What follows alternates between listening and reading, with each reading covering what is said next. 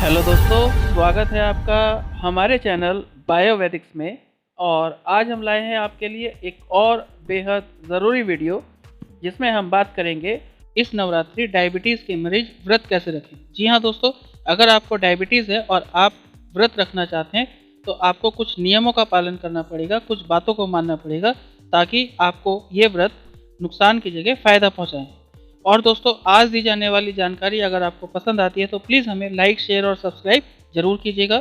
तो शुरू करते हैं आज का वीडियो। और मैं आपको बताऊं दोस्तों कि डायबिटीज़ के मरीजों के लिए नवरात्रि में व्रत रखना कोई आसान काम नहीं है। इस दौरान डायबिटीज़ के मरीजों को अपना खास ध्यान रखना पड़ता है, तभी वो अपने व्रत को पूरा कर सकते हैं। तो आज के वीडियो में हम यही बात करने वाले हैं। तो दोस्तों, सबसे पहले तो आपको ये ध्यान रखना है कि सुबह जल्दी उठकर अपना पूजा आदि का जो कार्यक्रम है उसको जल्दी समाप्त करें और उसके तुरंत बाद अपना डायबिटीज़ ड्रिंक लें।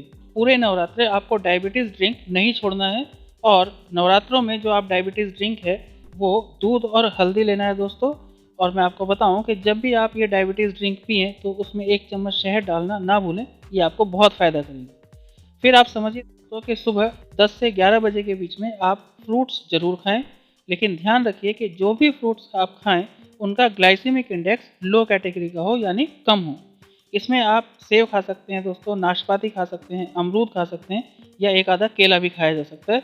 और उसके साथ लो फैट मिल्क फीका आप 1 कप पी सकते हैं, बल्कि आपको पीना चाहिए। फिर दोस्तों आगे बात करें कि लगभग 2 बजे के आसपास फिर से आपको कोई 2 फ्रूट्स खाने हैं, जैसे कि आप 1 सेब, 1 केला, 1 नाशपाती या 1 कीवी, इनमें से कोई भी 2 चीज़ खा लीजिए। और इस समय अगर आप चाहें तो 1 कप फीकी चाय भी पी जा सकती है। और अगर आप दोपहर में नमक खा लेते हैं तो ये बेहतर होगा। और इस समय आप साबूदाने की नमकीन खा सकते हैं 2-4 चम्मच, या मूंगफली के दाने भी खा सकते हैं जो नमकीन होते हैं। फिर दोस्तों 5 से 6 बजे के बीच में आप 1 कप चाय के साथ कुछ नट्स खा सकते हैं। काजू बादाम खाए जा सकते हैं आराम से 2-4, या फिर 2-4 चम्मच साबूदाने की नमकीन दोबारा खाई जा सकती है, लेकिन ध्यान रखिए कि कम मात्रा में खानी है।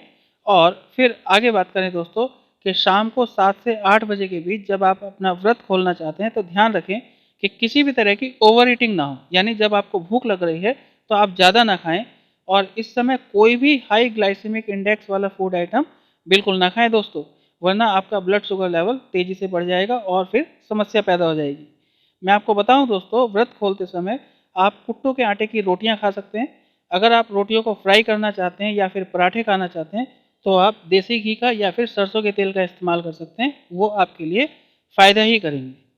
फिर दोस्तों मैं आपको बताऊं कि कुट्टू का आटा डायबिटीज़ के मरीजों के लिए फ़ायदेमंद होता है, क्योंकि इसका जीआई कम है और इसमें सॉल्युबल और इनसॉल्युबल दोनों तरह के फाइबर पाए जाते हैं जो ब्लड शुगर को कंट्रोल करते हैं, नियंत्रित रखने में महत्वपूर्ण भूमिका निभाते हैं।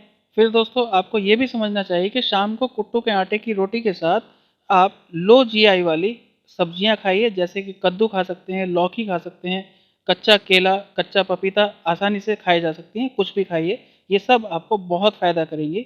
और दोस्तों किसी भी स्थिति में आलू का इस्तेमाल शाम को ना करें, इससे आपका ब्लड शुगर लेवल तेज़ी से बढ़ सकता है, तो आपको ध्यान देना चाहिए इस बात का।